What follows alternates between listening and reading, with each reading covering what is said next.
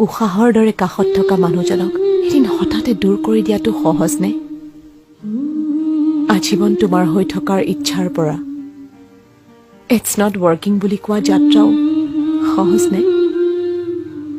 সহজ নে? ভাল লগাৰ পৰা ভাল পোৱা কৰা আৰু তাৰ পাছত গোটেই জীৱন তোমাৰ বন্ধু হৈ থাকিব পাৰিম নেকি বুলি কোৱা প্ৰশ্নৰ উত্তৰ। যাৰ কাষত সমস্ত পৃথিৱী বিচাৰি পাইছিলো, তেওঁক অচিনাকি হৈ লগ পোৱাটো সহজ নে? আচলতে সহজ একোৱেই নহয়। সম্পৰ্ক ধৰি ৰখা আৰু এৰি দিয়া দুইটাই টান।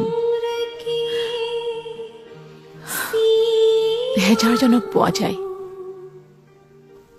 কিন্তু তেওঁ নহয়। সান্তনা আৰু মৰম দিয়া বহুত মুখ আপুনি পাব, কিন্তু তেওঁ নহয়।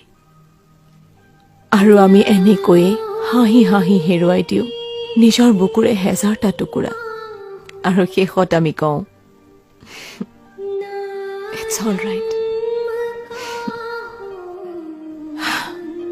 সুখী থাকা মনে বিচৰাজনৰ লগত।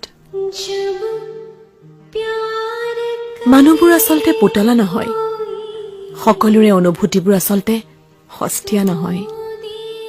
হেজাৰ বুজাব চেষ্টা কৰিলেও মানুহবোৰ ভাগি পৰে। অন্তত নিস্বাৰ্থভাৱে মৰমৰ ভোগ বিচৰা মানুহবোৰ ভাগি পৰে। হেৰুৱা বিশ্বাস শেষত থাকি যায় মৰমত অবিশ্বাসী, কাষলৈ আহিবলৈ ভয় কৰা এটি ভাগৰুৱা দেহা। জীয়াই থাকে, হাঁহিও থাকে, অথচ কিবা এটা নাথাকে। সেই কিবা এটাকে হেৰুৱাবলৈ নিদিব।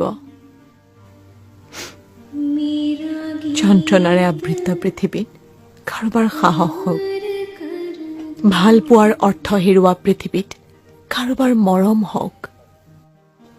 জীৱনে ইমানেই বিচাৰে, মানুহেও ইমানেই বিচাৰে। ভালে থাকক, ভালে ৰাখক।